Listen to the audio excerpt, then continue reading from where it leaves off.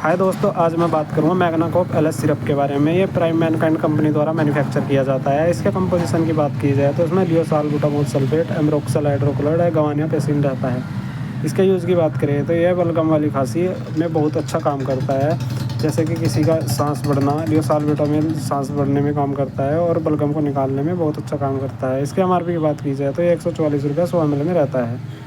लेकिन इसे लेने से पहले एक बार अपने डॉक्टर की सलाह ज़रूर लें। जानकारी अच्छी लगी हो तो वीडियो को लाइक एंड चैनल को सब्सक्राइब ज़रूर करें। यह सूखी खांसी में बिल्कुल भी काम नहीं करेगा।